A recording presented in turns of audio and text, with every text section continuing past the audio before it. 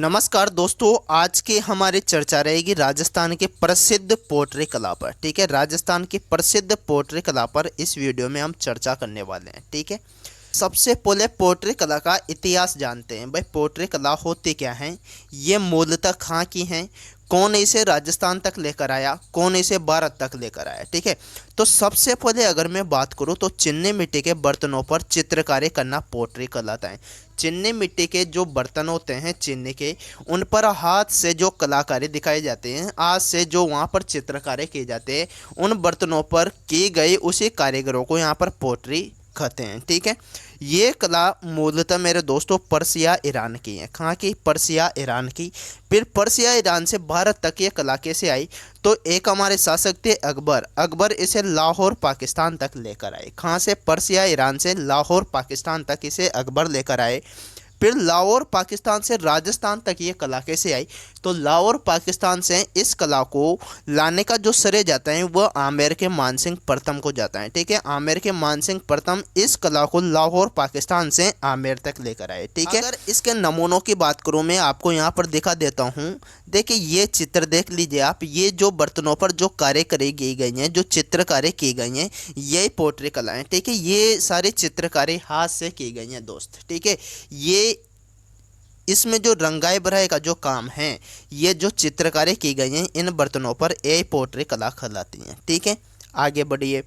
Pottery कला के बारे में अगर हम जाने तो ये मूल रूप से 4 प्रकार की होती हैं। कितने प्रकार की? 4 प्रकार की। एक तो हो जाती है हमारे यहाँ पर ब्लू पोट्री।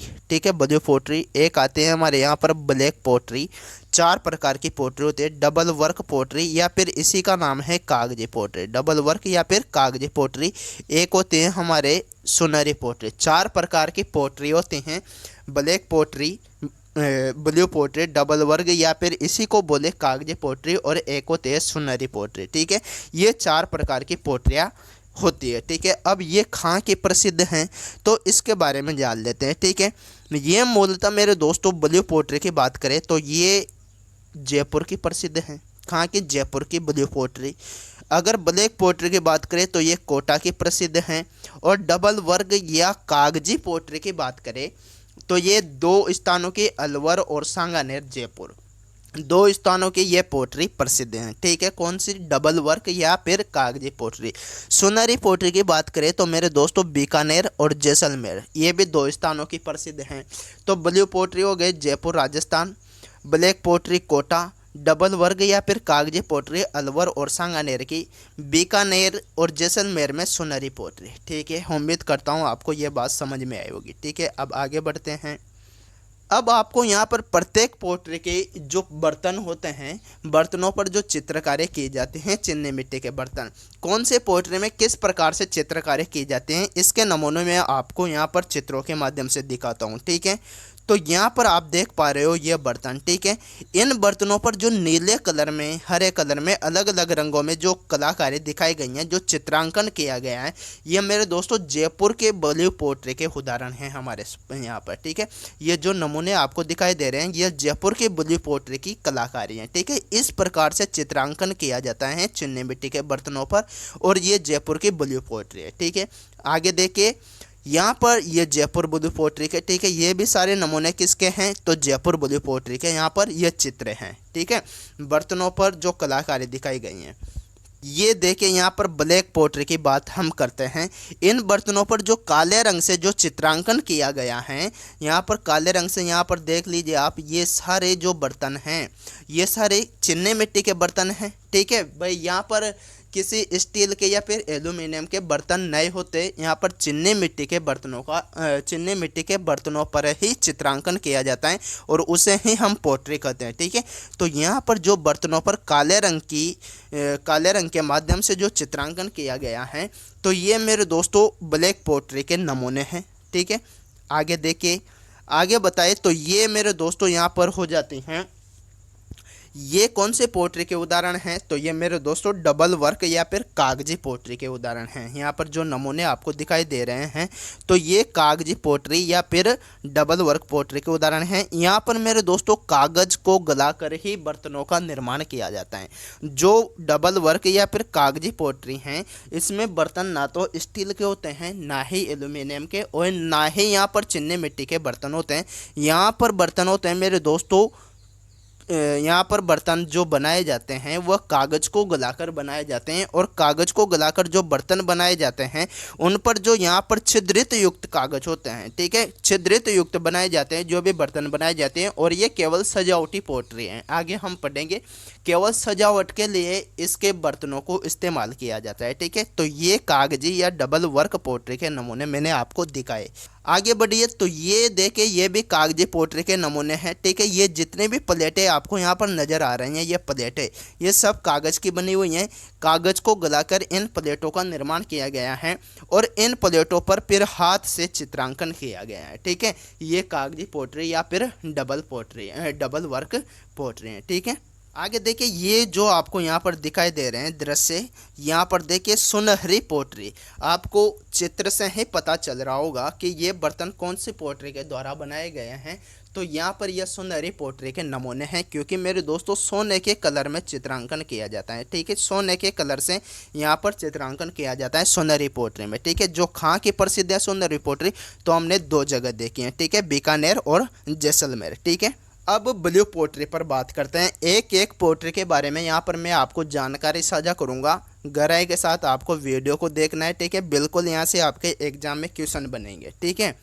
तो अगर हम बात करें मेरे दोस्त यहाँ पर, तो देखिए ब्लू पोट्री जो होती हैं, ब्लू पोट्री या फिर इसी को हम बोलते हैं नीली पोट्री, इसमें 5 तत्वों का समावेश होता है। अब 5 तत्व कौन कौन से होते हैं? हरे रंग का कांच, जिसे काहिरा बोला जाता है, ठीक है। पहला तत्व हरे रंग का कांच, और इसे काहिरा बोला जाता है। सेकंड जो तत्व है यहाँ पर गोंद होता है, ठीक है, गोंद, जिसे साजी बोलते हैं।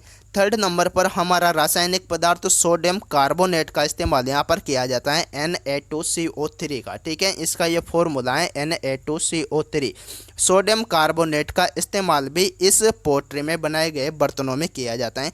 4 नंबर पर मुल्तानी मिट्टी, और 5 नंबर पर क्वार्टज। क्वार्टज एक प्रकार से शीशा ही होता है, ठीक है, क्वार्टज, ठीक है। तो यहाँ पर 5 तत्वों का समावेश इस पोट्री में होता है। अब ये प्रसिद्ध कहाँ की, ये हम देख चुके हैं, जयपुर की प्रसिद्ध हैं। इसका एक सेकंड जो नाम है ये रईस पोट्री भी कहलाते हैं, ठीक है। रईस पोट्री के नाम से ब्लू पोट्री को जाना जाता है, ठीक है, रईस पोट्री, या फिर इसी को बोलते हैं ब्लू पोट्री को रईस पोट्री बोलते हैं। और जो पोट्री कला है, पोट्री का दूसरा नाम क्या है? मरमरने कला, ठीक है। अब इस पोट्री में जो बर्तन बनाए जाते हैं, इन बर्तनों को 800 डिग्री सेल्सियस टेम्परेचर पर पकाया जाता है, ठीक है। 800 डिग्री सेल्सियस तापमान पर इस पोट्री के बर्तनों को बनाया जाता है, ठीक है। तो 5 तत्वों का समावेश कौन कौन से? हरे रंग का कांच, गोंद या साजी, सोडियम कार्बोनेट, मुल्तानी मिट्टी और क्वार्टज। उम्मीद करता हूँ ये जानकारी आपको समझ में आई होगी। आगे बढ़िए, पोट्री के बारे में और अधिक चर्चा अगर हम करें तो यहाँ पर देखिए इसका जादूगर किसे कहा जाता है? भाई सबसे अच्छी कारीगरी कौन करता है ब्लू पोट्री में, ठीक है। भाई जो चित्रांकन किया जाता है नीले कलर या फिर किसी और कलर की प्रधानता में, जो चीनी मिट्टी के बर्तनों पर जो कारीगरी दिखाई जाती हैं, उस कारीगरी का जो सबसे बेस्ट आदमी हैं, जो जादूगर हैं, वह किसे बोला जाता है? तो यहाँ पर हमारे पास में नाम आता है मेरे दोस्तों कृपाल सिंह शेखावत का, ठीक है, कृपाल सिंह शेखावत का। और ये मऊ गांव सिक्कर के रहने वाले हैं, ठीक है, मऊ गांव सिक्कर के निवासी हैं। इन्हें 1974 में, सन 1974 में मेरे दोस्तों इन्हें पद्मश्री से सम्मानित किया गया ब्लू पोट्री की कला के लिए। इन्हें शिल्प गुरु अवार्ड से भी सम्मानित किया गया है।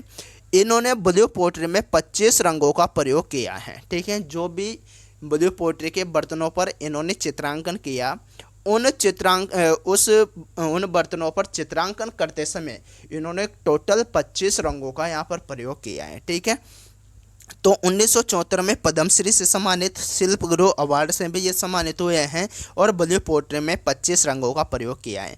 अगर इनके हम गुरु की बात करें कि भाई इनके गुरु कौन हैं, तो इनके गुरु आ जाते हैं यहाँ पर बूढ़ सिंह शेखावत। इनके गुरु का नाम क्या है? बूढ़ सिंह शेखावत, जो गाँवों का चितेरा कहलाते हैं। इनको गाँवों का चितेरा की संज्ञा यहाँ पर दी गई है, बूढ़ सिंह शेखावत साहब को, ठीक है, जो कि कृपाल सिंह शेखावत के गुरु हैं, ठीक है। अगर इस कला में वर्तमान कलाकारों की हम बात करें कि भाई इस कला के जो वर्तमान कलाकार हैं वो कौन कौन है, ठीक है, तो वर्तमान कलाकारों में मेरे दोस्तों यहाँ पर हो जाता है खेमराज, सत्यनारायण और प्रभुलाल। ये तीनों इस कला के वर्तमान कलाकार हैं, ठीक है, खेमराज, सत्यनारायण और प्रभुलाल। महिला कलाकारों में अगर हम देखें तो स्वर्गवासी नातीबाई पहले थी, अब ये शांत हो चुके हैं।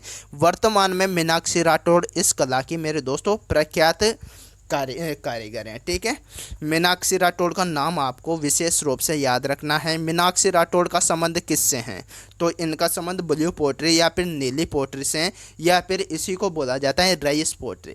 तो उम्मीद करता हूँ यहाँ तक की जानकारी मैंने जो आपको साझा की वो आपको बिल्कुल समझ में आई होगी। आगे बढ़ जाए, ब्लू पोट्री को आमेर लाने का श्रेय मानसिंह प्रथम को जाता है, ये हमने देखा। ब्लू पोट्री का जो सर्वाधिक विकास हुआ है, भाई किस राजा के शासन काल में इस ब्लू पोट्री का विकास हुआ है? कौन से राजा के शासन काल में ब्लू पोट्री का विकास चरम सीमा पर था? तो वे थे हमारे यहाँ पर राम सिंह सेकंड, ठीक है। कोटा के जो राम सिंह सेकंड थे, राम सिंह सेकंड के काल में ब्लू पोट्री का सर्वाधिक विकास हुआ है, ठीक है। सॉरी, कोटा के नहीं, जयपुर के।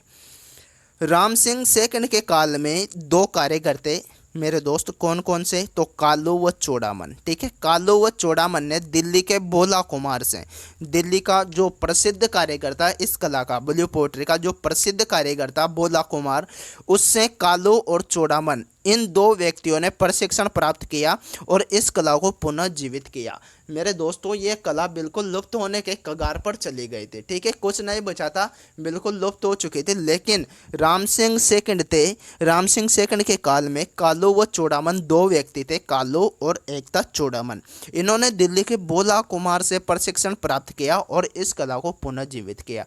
तो हमने देखा कि ब्लू पोट्री को आमेर लाने का श्रेय मानसिंह प्रथम को, ब्लू पोट्री का सर्वाधिक विकास राम सिंह सेकंड के काल में, राम सिंह सेकंड के काल में कालो और चोड़ामन नामक दो व्यक्ति दिल्ली के भोला कुमार के पास प्रशिक्षण प्राप्त करने गए और इस कला को इन्होंने बिल्कुल पुनर्जीवित किया और इस कला को आगे बढ़ाया, ठीक है। अब आते हैं ब्लैक पोट्री पर। हमारे ब्लू पोट्री बिल्कुल समाप्त हो चुकी हैं, बिल्कुल हमने उसके बारे में जानकारी यहाँ पर प्राप्त की है। अब आते हैं हम ब्लैक पोट्री पर। ब्लैक पोट्री क्या है? तो मेरे दोस्तों, ब्लैक रंग से चित्रांकन करना, ठीक है। चीनी मिट्टी के बर्तनों पर अगर काले रंग की प्रधानता में चित्रांकन किया जाता है तो उसे हम ब्लैक पोट्री बोलते हैं। और ब्लैक पोट्री मेरे दोस्तों कोटा की प्रसिद्ध है, हमने ये देखा। चीनी मिट्टी के बर्तनों पर काले रंग की प्रधानता में चित्रकारी करना ब्लैक पोट्री कहलाता है। उदाहरण के तौर पर गमले दाना, कप, प्लेट, दोने इत्यादि पर इस पोट्री का कार्य किया जाता है। जैसे गमले दाना सजावटी सामान है, कप व चाय पीने का प्लेट और दोने, इन सब पर इस पोट्री का कार्य किया जाता है। और हमारी जो लास्ट बस्ती हैं इसके बारे में आपको ज़्यादा कुछ याद नहीं रखना, बस इतना सा याद रखना है कि प्रसिद्ध कहाँ की है, सुनहरी पोट्री या फिर इसे ही गोल्डन पोट्री के नाम से जाना जाता है। तो ये बीकानेर और जैसलमेर दो स्थानों की प्रसिद्ध हैं। अगर ऑप्शन में एक ही आंसर मिले आपको तो आपका आंसर बीकानेर होगा यहाँ पर सही, ठीक है। आज की लास्ट स्लाइड आपके सामने प्रस्तुत की है मैंने, तो देखिए लास्ट जो स्लाइड है वो क्या कहते हैं आपसे। लास्ट है हमारे पास में यहाँ पर डबल वर्क या फिर कागजी पोट्री, ठीक है। डबल वर्क या फिर कागजी पोट्री तो प्रसिद्ध कहाँ के हैं? अलवर और सांगानेर के, ठीक है। सांगानेर स्थान जयपुर में पड़ता है। यहाँ पर एक नोट दिया गया है कि कागजों को गलाकर बर्तन बनाने की कला पेपर मैसी कहलाती है, ठीक है। भाई कागजों को गलाकर बर्तन बनाने की कला को हम पोट्री थोड़ी बोलते हैं। कागजों को गलाकर जो बर्तन बनाए जाते हैं उन बर्तनों पर चित्रांकन करना या फिर चित्रकारी करना किसी भी रंग की प्रधानता में, उस चित्रकारी करने को ही हम पोट्री बोलते हैं, ठीक है। तो कागजों को गलाकर बर्तन बनाने की कला तो पेपर मैसी कहलाती हैं, ठीक है। क्या कहलाते हैं? पेपर मैसी। लेकिन जो इसके द्वारा बर्तन बनाए जाते हैं कागजों को गलाकर, उन बर्तनों पर चित्रांकन करना यहाँ पर पोट्री कहलाता है, ठीक है। तो तरल पदार्थों का प्रयोग इस पोट्री से निर्मित बर्तनों में नहीं किया जाता। ठीक है, जो कागजी या फिर डबल वर्क पोट्री हैं, इनमें जो बर्तन होते हैं जिन पर चित्रांकन किया जाता है, उन बर्तनों में मेरे दोस्तों तरल पदार्थों का प्रयोग बिल्कुल नहीं किया जाता, क्योंकि वह कागज से बने हुए बर्तन हैं और अगर उनमें तरल पदार्थों को रखा जाएगा तो बिल्कुल गल जाएंगे। ठीक है, इस वजह से इन बर्तनों में यहाँ पर तरल पदार्थों का प्रयोग बिल्कुल नहीं किया जाता है। ठीक है, और छिद्र युक्त कागज के बर्तनों पर चित्रकारी। ठीक है, इस पोट्री में जो कागजी या फिर डबल वर्क पोट्री हैं, इसमें छिद्र युक्त कागज के बर्तनों पर चित्रकारी की जाती है, जो कि मैंने इसके नमूने आपको पहले ही बता दिए हैं। ठीक है, जो छिद्रित युक्त मटके होते हैं या फिर कोई डिस्पोजल गिलास वगैरह जो सजावटी सामान होते हैं, और इस पोट्री का जो अन्य नाम है वह सजावटी पोट्री है। कौन से पोट्री? सजावटी पोट्री, क्योंकि इसके द्वारा जो सामान बनाए जाते हैं, जो भी सामग्री होते हैं डबल वर्ग या कागजी पोट्री की, वह केवल मेरे दोस्तों सजावट के लिए ही प्रयोग किए जाते हैं। इस कारण इसे सजावटी पोट्री भी कहते हैं। तो उम्मीद करता हूँ मेरे दोस्तों आज की क्लास आपको बिल्कुल समझ में आई होगी। आज की हमारी चर्चा थी पोट्री कला पर। ठीक है, तो बिल्कुल मेरे दोस्तों मिलते हैं अगली क्लास में। तब तक के लिए सभी को प्रणाम, शुक्रिया दोस्त।